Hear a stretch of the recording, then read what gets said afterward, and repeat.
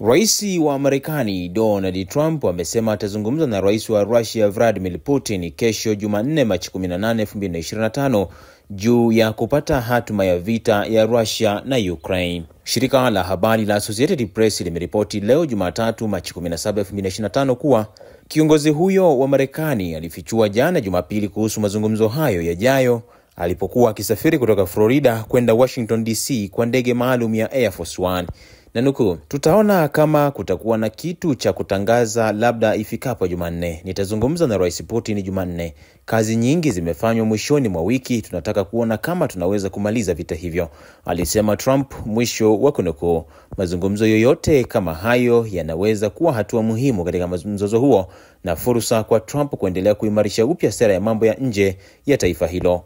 Washirika wa Ulaya wanahofu kuhusu uhusiano wa Trump na Putin na msimamo wake mkali dhidi ya rais wa Ukraine Volodymyr Zelensky, ambaye alikabiliwa na ukosoaji mkali alipokwenda ikulu ya Marekani zaidi ya wiki mbili zilizopita. Hata hivyo, Russia imeendelea kuyatwaa maeneo makubwa ya Ukraine tangu ilipotangaza operesheni yake ya kijeshi Februari 2022, ambapo hadi sasa imeyatwaa maeneo ya mkoa wa Donetsk, Luhansk, Kherson, Pokrovsk na Crimea iliyotwaliwa kutoka Ukraine tangu mwaka 2014.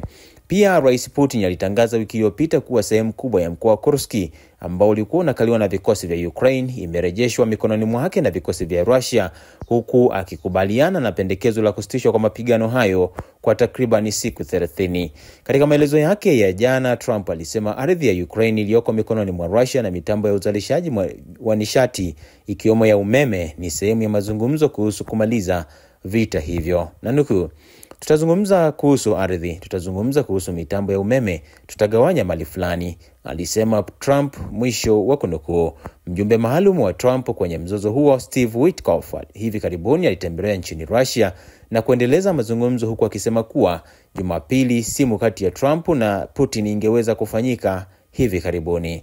Wakati Trump akitangaza siku hiyo, rais wa Ukraine Volodymyr Zelensky amemteua Andriy Natov kuwa mkuu mpya wa majeshi wa Ukraine, wakati huu ambao nchi hiyo imejipanga upya na kuimarisha jeshi lake huku ikiendelea kupigana katika mkoa wa Kursk nchini Russia.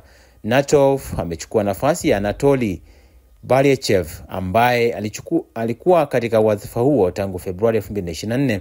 Uteuzi huo ulitangazwa na majeshi kupitia kituo chao cha Telegram Jumapili iliyopita.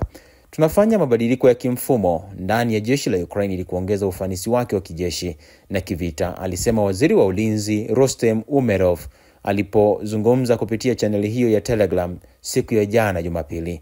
Baryevich sasa atahudumu kama mkaguzi mkuu wa wizara ya ulinzi ya Ukraine, na Umerov amesisitiza kuwa Baryevich atasaidia kuwa sehemu ya timu ya kijeshi yakisimamia viwango vya kijeshi na kuimarisha nidhamu ndani ya jeshi la nchi hiyo. Jeshi la Ukraine lilishangaza Russia Agosti mwaka jana kwa kushambulia mpaka na kuteka takriban kilomita za mraba 1300, yani maili 500 za ardhi, lakini sasa wanajeshi wa Ukraine wanatajwa kuwa wamerudishwa nyuma, jambo linalomaanisha kuwa Ukraine imepoteza karata muhimu ya mazungumzo, wakati mazungumzo ama msukumo wa makubaliano ya kusitishwa kwa vita vya Russia ukiongezeka. Ijumaa, Russia ilidai kuwa imedhibiti mji wa Sudzha, mji mkubwa zaidi ambao Ukraine ilikuwa imeuteka katika mkoa huo wa Kursk. Ukraine pia inapambana chini ya shinikizo kubwa katika mkoa wake wa mashariki wa Donetsk, ambako wanajeshi wa Russia wamekuwa wakisonga mbele kwa miezi kadhaa. Endelea kufuatilia Mwananchi Digital kwa taarifa zaidi kuhusiana na mzozo huo. Jina langu ni Mgongo Kaitira.